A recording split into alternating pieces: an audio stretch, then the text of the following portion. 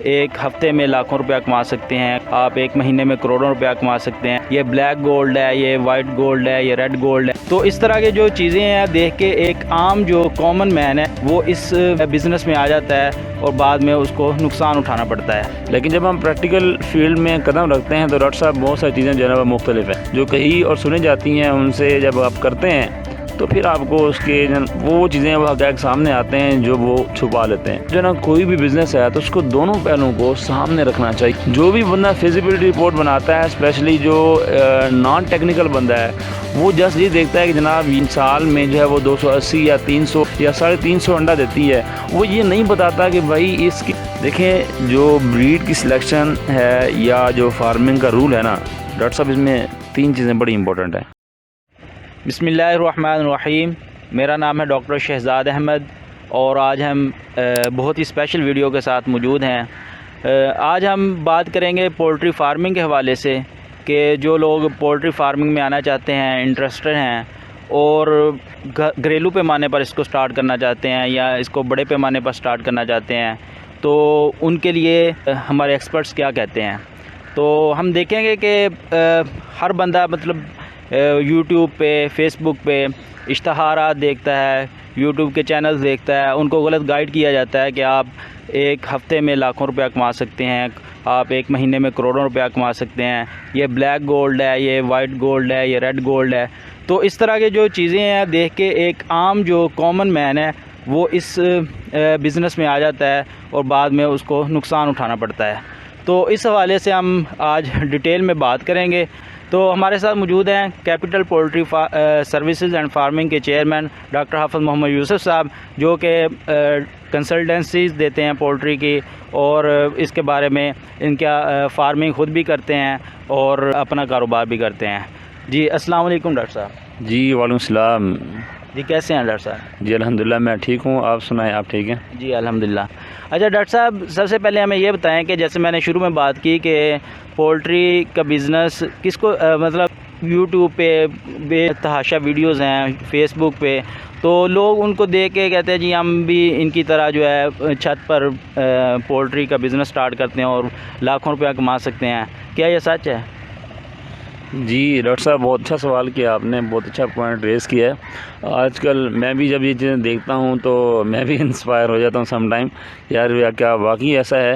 لیکن جب ہم پریکٹیکل فیلڈ میں قدم رکھتے ہیں تو ڈاکٹر صاحب بہت ساری چیزیں جو ہے نا وہ مختلف ہیں، جو کہی اور سنی جاتی ہیں ان سے جب آپ کرتے ہیں تو پھر آپ کو اس کے وہ چیزیں وہ حقائق سامنے آتے ہیں جو وہ چھپا لیتے ہیں۔ ہوتا یہ ہے کہ ویڈیوز میں کوئی بھی یوٹیوبر بھائی یا کوئی بھی جو بندہ محنت کر رہے ہیں، وہ لوگ کیا کرتے ہیں، وہ بتاتے ہیں جناب آپ بلیک گولڈ آسٹرولوپ ہے جی، جیسے ہمارے عام سیمانی ہیں جناب یو کے کی لائٹ سوسیکس ہے، یہ رکھ لیں وہ رکھ لیں، ایسا ہوگا۔ بس ایسا نہیں ہوتا، یہ حقیقت نہیں ہے۔ اصل بات یہ ہے، ہاں یہ اس میں بہت اچھی بات ہے کہ جو پولٹری کا بزنس ہے نا، میں اسے کہا کرتا ہوں یہ غریب کا بزنس ہے اور یہ بہت کم جو ہے وہ انویسٹمنٹ کے ساتھ، بہت کم سرمایہ کے ساتھ سٹارٹ کیا جا سکتا ہے اور اس میں بہت پوٹینشیل ہے۔ یعنی اس میں یوں سمجھ لیں جیسے وہ ایک علامہ اقبال کا شعر ہے نا کہ پلٹنا جھپٹنا جھپٹ کر پھر پلٹنا ہے لہو گرم رکھنے کا ایک بہانہ۔ تو اس میں ہمیں نا بہت سارے موقع ملتے ہیں، بہت سارے سپورٹس ملتے ہیں کہ ہم اس کام کو اگر کہیں وہ فال کر بھی رہا ہے تو پھر دوبارہ سے وہ ریز بھی کر جاتا ہے۔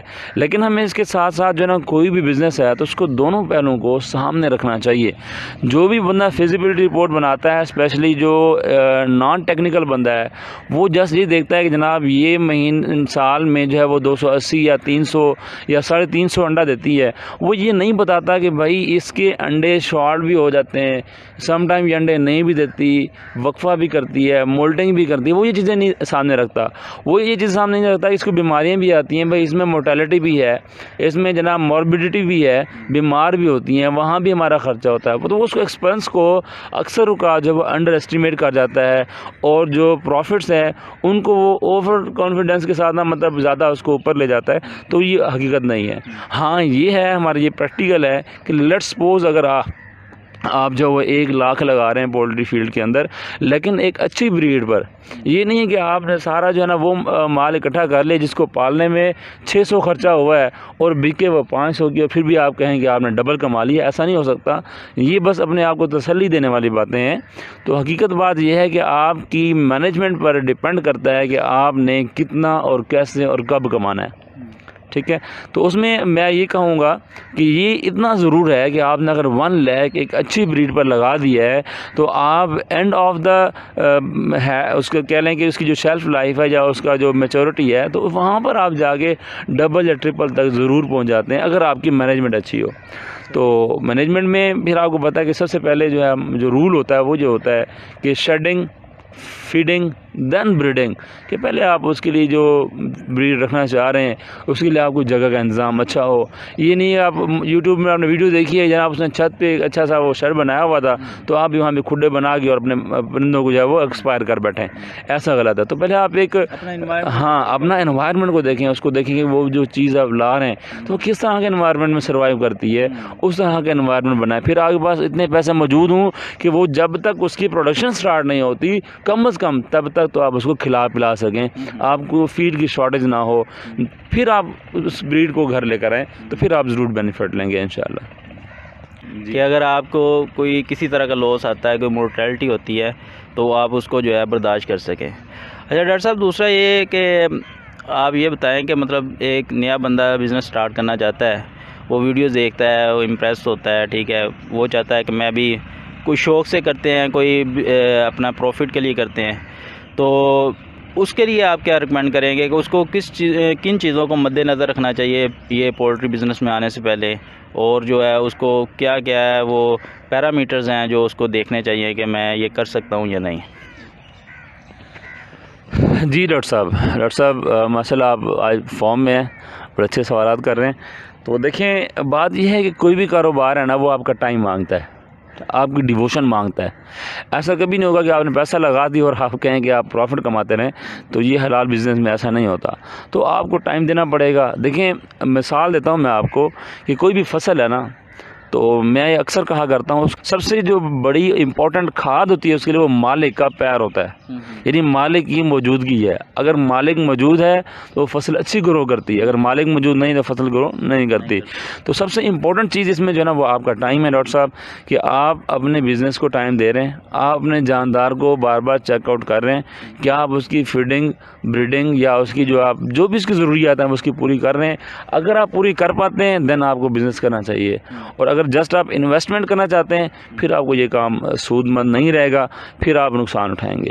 یعنی آپ کی ڈیووشن بھی ہونی چاہیے، آپ کا ٹائم بھی ہونا چاہیے. جو بندہ یہ کام کر سکتا ہے میں کہتا ہوں کہ ویلکم، وہ آئے یہ کام کرے، ہمارے ساتھ بیٹھے، ہمارے لائق کوئی بھی خدمت ہو ہم سر انجام دینے کو تیار ہیں انشاءاللہ. ڈیووشن بھی ہو، پیسہ بھی ہو، سارا کچھ ہو، اور وہ سٹارٹ کرنا چاہتا ہے، لیکن اگر اس کو یہ ٹیکنیکل سکلز نہیں ہے، اس کو اس سے ریلیٹڈ پولٹری کے ریلیٹڈ مطلب بالکل ہی ان نون بندہ ہے، ٹھیک ہے، فرسٹ ٹائم آ رہا ہے، تو اس کو نہیں پتہ کہ اس کی مینجمنٹ کیسے ہوتی ہے، ٹھیک ہے، کیا بایو سیکورٹی کے ایشوز ہوتے ہیں، کیا اس کے ڈیزیز کنٹرول ہم نے کیسے کرنی ہے، پریونشن، ویکسینیشن، تو اس کے لیے بتائیں نا کہ وہ کر سکتا ہے یا اس کو مطلب کسی کی جو ہے کنسلٹنسی لازمی ہے؟ جی دیکھیں اکثر اوقات ایسا ہوتا ہے کہ ہم سب کہتے ہیں جناب بندہ تجربات سے سیکھتا ہے، جب تک بندہ تجربہ نہیں کرتا وہ سیکھتا نہیں ہے. دیکھیں یہ بات کسی حد تک ٹھیک ہے، لیکن اس سے خوبصورت اور پیاری بات یہ ہے کہ اگر آپ کے پاس کوئی ایکسپرٹس موجود ہیں جو ہمسائیگی میں یا آپ کے جاننے والے میں جو لوگ کام کر رہے ہیں، تو آپ کو چاہیے کہ اپنا ٹائم ویسٹ کرنے کے بجائے ان کے تجربات سے فائدہ اٹھائیں، ان کے ساتھ بیٹھیں. دیکھیں کوئی بھی کاروبار ہے، لیٹ سپوز ہمارے پاس پولٹری ہے یا ڈیری ہے یا گوٹ فارمنگ ہے، کوئی بھی فارمنگ ہے، ہر ایک فارمنگ کے نا کچھ پروٹوکولز ہیں ڈاکٹر صاحب. کسی بھی چیز کو پالنے کے پروٹوکولز ہیں. آپ کو کم از کم اتنا ضرور پتہ ہونا چاہیے کہ بھئی میں پولٹری کا کام کر رہا ہوں، اس کے پروٹوکول کیا ہیں، یعنی کس طرح میں اس کو رکھ سکتا ہوں، اس کی ضروریات کیا ہیں، اس کی مینجمنٹ کیسے ہونے چاہیے. مینجمنٹ میں پھر اس کی سب سے امپورٹنٹ بات ویکسینیشن، ہمارے علاقے کے حساب سے کون کون سی ویکسین ہونی چاہیے، ویکسینیشن شیڈول کیا ہوگا. پھر ہمارے اس علاقے میں اس بریڈ میں اسپیشلی کون کون سی بیماریاں آتی ہیں. کچھ بیماریاں انوائرمنٹ اسپیسیفک ہوتی ہیں، ٹھیک ہے، کچھ جو ہمارے پاس وہ آپ کہہ سکتے ہیں انفیکشس ڈیزیز ہیں.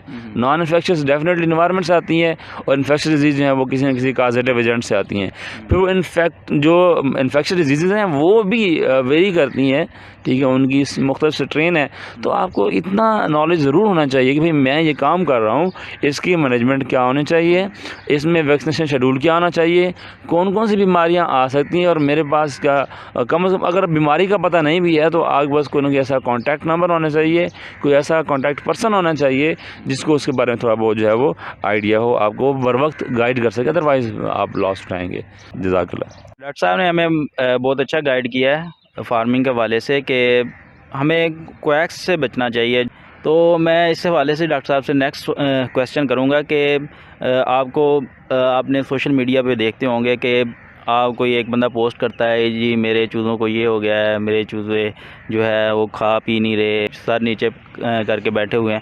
تو وہ نیچے لائن لگی ہوتی ہے, ہر بندہ جو ہے نا اس کو کوئی دیسی نسخہ, کوئی انگریزی نسخہ کو ہر بندہ اپنے حساب سے نا اس کو مشورہ دے رہا ہو. تو ان کو کیا جو ہے آپ ریکمینڈ کریں گے کہ ان کو ان کی باتوں پہ, ٹھیک ہے, ان کے جو فارمولے وہ اپلائی کرنے چاہیے یا پھر اس کو جو ہے اور کچھ کرنا چاہیے؟ جی ڈاکٹر صاحب, بہت اچھا سوال ہے اور بہت ہی اس کی ضرورت ہے. دیکھیں اکثر اوقات میں بھی دیکھتا ہوں, پھر کہیں کہیں میں خاموشی جب وہ اختیار کرنی پڑتی ہے, چونکہ سم ٹائم ایسا ہوتا ہے کہ نالج جو ہے وہ فتنے کا باعث بھی بنتا ہے کہ آپ جب آپ کو مطلب دیکھ لیں بات سمجھنے والے نہیں ہیں تو آپ کو خاموشی اختیار کرنی چاہیے. بات یہ ڈاکٹر صاحب کہ کوئی بھی مسئلہ ہے نا, سب سے پہلی بات مسئلے کو حل کرنا نہیں ہوتا, سب سے پہلی بات ہوتی ہے مسئلے کو سمجھنا. اب میں یہ نہیں کہتا کہ دیسی علاج نہیں ہوتا, دیسی علاج ہوتا ہے, بہت اچھا ہوتا ہے, اس کے بہت اچھے نتائج ملتے ہیں ہمیں. جیسے مختلف لوگ امیونٹی بوسٹر کے طور پہ یا رانی کھیت کے حوالے سے, نہیں وائرل اٹیک کے حوالے سے, ہاں, تو اس میں انگریزی بھی دے رہے ہوتے ہیں, دیسی اس میں ہوتا ہے, پوٹینشیل ہوتا ہے. لیکن بات یہ اکثر اوقات غلطی کہاں ہوتی ہے, نان ٹیکنیکل بندے سے جو غلطی ہوتی ہے وہ یہ ہوتی ہے کہ وہ اس مرض کی تشخیص نہیں کر پاتا, اس مرض کو ڈائگنوز نہیں کر پاتا آیا کہ ان برڈز میں بیماری کون سی ہے. چونکہ دیکھیں بہت ساری بیماریاں جن کے مختلف سائن ملتے جلتے ہیں, تقریباً ملتے جلتے ہیں, اس میں صرف کہیں کہیں جا کے ڈفرینشیشن ہوتی ہے, وہ اس پوائنٹ پر نہیں پہنچ پاتا. میڈیسن یا نسخہ جات کا تب فائدہ ہوگا جب آپ اس مرض کی صحیح طرح سے تشخیص کر پائیں گے, اور اس کے لیے آپ کو ضرور جو ہے وہ کسی ٹیکنیکل پرسن سے, ٹھیک ہے, ایکسپرٹ بندے سے رابطہ کرنا چاہیے, بجائے اس کے کہ آپ ہر کسی کے تجربات سے, جب میں نے پہلے آپ کو بتایا کہ تجربات سے فائدہ اٹھانا چاہیے, لیکن صحیح تجربات سے فائدہ اٹھانا چاہیے. یہ نہیں ہے کہ مطلب کوئی کہ جی میرا تجربہ ہے, میرا برڈ بھی ایسے بیٹھ گیا تھا تو میں نے جناب یہ فلاں کیپسول دیا تو وہ ٹھیک ہو گیا. تو اس بیٹھنے کی مختلف وجوہات ہو سکتی ہیں, ہو سکتا ہے اس کی وہ وجہ ہو جو اس میں کیپسول کام کر گیا, لیکن اس میں وہ وجہ نہ ہو. ڈاکٹر صاحب وجہ کو جاننا ضروری ہے. جی بالکل, آپ نے بہت جو ہے بہترین اس کو آپ نے ایکسپلین کیا ہے کہ جو خاص طور پہ میں یہ سمجھتا ہوں کہ جو پولٹری میں نا ڈفرینشیل ڈائگنوز جو ہے یہ بڑا امپورٹنٹ ہے. سارے جو سائن سمٹمز ہیں وہ مل رہے ہوتے ہیں, کوئی ایک کارڈینل سائن ہوتا ہے جو آپ کو ڈفرینشیٹ کر کے دیتا ہے کہ اس برڈ میں کون سی جو ہے وہ ڈیزیز ہے. ڈاکٹر صاحب یہ بتائیں کہ جو کوئی بندہ فارمنگ کرنا چاہتا ہے تو اس کی وہ سلیکشن آف بریڈ کیسے کرتا ہے کہ کون سی بریڈ وہ رکھے جو اس کو پروفٹ بھی دے اور جو ہے وہ لاس سے بھی بچ سکے, اور جو ڈیزیز وغیرہ بھی اس کی کنٹرول ہو, مطلب اس کے انوائرمنٹ کے حساب سے اس جو ادر فیکٹرز ہیں وہ کون کون سے ہیں. اور ساتھ یہ بھی ایڈ کر لیں کہ جو وائلڈ لائف ہوتے ہیں برڈز وغیرہ اینیملز, تو ان کے لیے کیا ہے, ان کے لیے پاکستان میں ہر کوئی بندہ رکھ سکتا ہے یا کوئی خاص قسم کا کوئی لائسنس ہوتا ہے جو حاصل کر کے اس کے بعد آپ وائلڈ لائف کے برڈز کو رکھ سکتے ہیں؟ جی ڈاکٹر صاحب, دیکھیں جو بریڈ کی سلیکشن ہے یا جو فارمنگ کا رول ہے نا ڈاکٹر صاحب, اس میں 3 چیزیں بڑی امپورٹنٹ ہیں کہ آپ جب کوئی بھی برڈ گھر پر لے کر آتے ہیں تو اکثر ایسا ہوتا ہے جناب آپ نے ہمسایہ کو دیکھا, اس کے بعد بہت اچھا خوبصورت برڈ تھا اور اس کی بڑی اچھی وہ سیل ہو گئی چیز, تو آپ کہتے ہیں جناب میں بھی یہ چیز رکھتا ہوں, اور جب آپ لے کر آتے ہیں وہ آپ سے سنبھلتا نہیں اور ایکسپائر ہو جاتا ہے, ٹھیک, یا آپ اس کی جو مینجمنٹ ٹھیک نہیں کر پاتے. تو ڈاکٹر صاحب اس میں نا 3 چیزیں ویری امپورٹنٹ اس بزنس میں اسپیشلی. سب سے پہلے جب آپ بریڈ سلیکٹ کرتے ہیں تو اس کی امیونٹی کیسی ہے, ڈیزیز کے حوالے سے, ڈیزیز کے خلاف اس کو بیئر کرنے کے حوالے سے اس کی امیونٹی کیسی ہے. یہ چیز بہت ہی امپورٹنٹ ہے.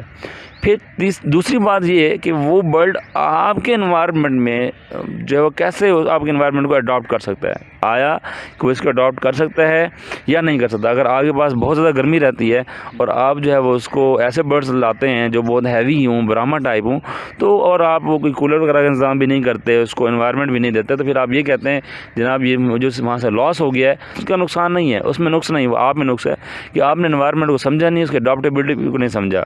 جو تیسری امپورٹنٹ بات ہے وہ اس میں مارکیٹنگ ہے کہ آیا کہ اس چیز کی مارکیٹ کیسی ہے، وہ چیز آسانی سے سیل ہو جاتی ہے یا گلے پڑ جاتی ہے. تو یہ 3 فیکٹر آپ کو اس میں جو ہے وہ مد نظر رکھنے چاہیے. اس کی امیونٹی کیسی ہے، اڈاپٹیبلٹی کیسی ہے اور اس کی مارکیٹنگ کیسی ہے. جب یہ 3 چیزوں کو سمجھ جائیں گے آپ بریڈ کو سلیکٹ کر لیں گے. اور اس میں اس کے علاوہ جو ہے نا آپ کی پاکٹ جو ہے وہ آپ کو کہاں تک اجازت دیتی ہے کہ آپ لیٹ سپوز آپ ہزاروں میں کام کرنا چاہتے ہیں، تو پھر آپ دیکھیں کہ ہزاروں میں جب آپ کام کرتے ہیں تو آپ بس 3-4 بریڈ لیٹ سپوز آتی ہیں. فینسی میں لیٹ سپوز بینٹم آ جاتی ہے یا وہ ہیوی آ جاتی ہے، سلکی پالش آ جاتی ہے. اسی طرح ہمارے پاس جو کمرشل بریڈز ہیں ان میں آپ کے پاس جناب گولڈن مصری ہے، پھر آپ کے پاس آسٹروڈاپ ہے، آر ہے، پلے ماؤتھ راک ہے. تو یہ بریڈز آ جاتی ہیں. اب ڈاکٹر صاحب اس میں نا ایک کلو میں آپ کو دے رہا ہوں کہ آپ ذرا تھوڑا سا حساب لگائیں، فیزیبلٹی بنائیں کہ آپ کو ایک گولڈن مصری مرغی پالنے میں کتنے پیسے لگتے ہیں، آپ کی ٹوٹل خرچ کتنا ہوتا ہے. اللہ نہ کرے ہم نقصان کو فی الحال مد نظر نہیں رکھتے، مورٹیلٹی کو، تو جناب آپ کے پاس 600 روپے تقریباً 600 سے 620 روپے آپ کے لگتے ہیں ایک مرغی کو پروڈکشن تک لانے میں. صرف اس میں صرف چوزے کی کاسٹ ڈال رہا ہوں اور فیڈنگ میڈیسن کی کاسٹ ڈال رہا ہوں. میں اس میں آپ کی اس کیج کی یا اس کی جو رہن سہن ہے، شیڈ ہے، اس کی میں پیسے نہیں ڈال رہا. تو 600 روپے پر پیس آپ کا خرچہ ہو جاتا ہے اگر آپ 100 پیس رکھتے ہیں. اس طرح سے اگر آپ آسٹروڈاپ رکھتے ہیں یا اس میں RIR رکھتے ہیں تو اس میں آپ کا آلموسٹ 750 روپیز آپ کا ایکسپنس آتا ہے. اگر پلے ماؤتھ راک رکھتے ہیں تو آپ کا تقریباً آلموسٹ 820-25 سے 850 تک آپ کا خرچہ چلا جاتا ہے. تو آپ دیکھیں اگر گولڈن مصری بھی آپ نے 600 لگائے ہیں نا تو وہ 600 کی بھی سیل نہیں ہوتی، 400 کی، 300 کی، 500 کی سیل ہوتی ہے. تو پھر بتائیں آپ نے اینڈ میں فائدہ اٹھایا یا نقصان اٹھایا؟ نقصان. ٹھیک ہے. اسی طرح سے اگر آپ آسٹروڈاپ کو پالتے ہیں تو اگر آپ 750 لگا کے خالی مرغی بھی پالتے ہیں تو وہ بھی کم از کم 1000 کا تو سیل ہو جائے گا نا. جی جی. تو پھر آپ جب 1000 کا سیل ہو رہا ہے مطلب آپ کچھ نہ کچھ بینیفٹ دے رہا ہے. اس طرح سے RIR ہے وہ آپ جب پالتے ہیں تو وہ بھی آپ کو یعنی گولڈن سے نسبت ہے وہ کم خرچ، یعنی تھوڑا سا خرچہ بڑھتا ہے لیکن پروفٹ نسبت سے بہت زیادہ ریشو بڑھ جاتی ہے. پلے ماؤتھ راک ہو گئی. تو یہ چیز آپ دیکھیں کہ آپ کے پاس اتنے پیسے خرچ کر کے آپ اچھی چیز رکھ سکتے ہیں تو وائی ناٹ. یعنی ضروری آپ نے جو ہے وہ 1000 رکھ کے ان کی صفائی ستھرائی اور ان کا زیادہ مطلب وہ کھپت اٹھانی ہے، اس سے بہتر آپ کم پیس رکھ لیں اور اتنا بینیفٹ آپ اٹھا سکتے ہیں. کہ آپ نے کہا کہ وائلڈ برڈز کے حوالے سے یا ہم کون سی چیزیں گھر میں رکھ سکتے ہیں. دیکھیں جی اس میں 2 کام ہوتے ہیں، ایک ہوتا ہے ڈومیسٹک اور ایک ہوتا ہے وائلڈ. ڈومیسٹک میں وہ تمام پولٹری آتی ہے جس میں آپ کو لائسنس کی ضرورت نہیں ہوتی، نہیں وہ مرغی آتی ہے، گراؤنڈ برڈز وہ آ جاتے ہیں. جو وائلڈ برڈز ہیں ان کے لیے آپ کو لائسنس کی ضرورت ہوتی ہے. اگر آپ چھپ چھپا کے رکھ بھی لیتے ہیں اور کہیں نہ کہیں آپ کی کمپلین ہو جاتی ہے تو یہ جو ورلڈ لائف محکمہ ہوتا ہے یہ آپ پہ ریڈ کرتے ہیں اور آپ کو جو ہے وہ پریشان کرتے ہیں، آگے برڈ اٹھا کے لے جاتے ہیں. آپ کو سیل کرنے میں بھی مشکل ہوتی ہے کہ راستے میں اگر کہیں وہ پکڑے جاتے ہیں تو پھر آپ کو وہ نہیں ملتے، دشواری ہوتی ہے، بے عزتی الگ سے ہوتی ہے. تو بہتر ڈاکٹر صاحب یہ ہے کہ اگر آپ نے وائلڈ کا کام کرنا ہے تو اس کو پراپر طریقے سے ایک لائسنس کے ساتھ کام کریں، اور اگر آپ نے ڈومیسٹک کرنا ہے تو اس کی تو آپ کو اجازت ہے، جیسے مرضی آپ کام کر سکتے ہیں. جی ڈاکٹر صاحب بہت شکریہ، آپ نے بہت ڈیٹیل میں بات کی ہے اور ایک نئے بندے کے لیے اور جو ہے جو فارمنگ کرنا چاہتا ہے اس میں بڑی کام کی چیزیں ہیں یا جو آپ نے بتائی ہیں. تو اب ویڈیو کافی لمبی ہو گئی ہے تو ہم جو ہے ایک نیکسٹ سیشن میرا خیال ہے ایک رکھ لیں گے آپ کے ساتھ، جس میں ہم بات کریں گے ٹریٹمنٹ کے حوالے سے اور جو ہے مینجمنٹ کے حوالے سے اور جو ہے باقی جو آپ ریکوائرمنٹس ہوتی ہیں پولٹری فارمنگ کے لیے. تو ڈاکٹر صاحب بہت شکریہ ایٹ دی اینڈ. تو آپ کچھ کہنا چاہیں گے؟ جی بس میں لاسٹ میں یہی کہنا چاہوں گا تمام پولٹری فارمر حضرات سے اور باقی بزنس مین سے، اور بینگ اے مسلم اور being a Pakistani, being a honest man, ہم سب کو یہ کوشش کرنی چاہیے کہ اگر ہم کسی کو فائدہ نہیں پہنچا سکتے تو کم از کم کسی کو نقصان بھی نہ پہنچائیں. اگر ہم کسی کی حوصلہ افزائی نہیں کر سکتے تو کم از کم اس کی حوصلہ شکنی بھی نہ کریں. ڈاکٹر صاحب جزاک اللہ. جی بہت شکریہ. اسی کے ساتھ ہم اس سیشن کو اینڈ کرتے ہیں. تو اپنا خیال رکھیے گا. اللہ حافظ.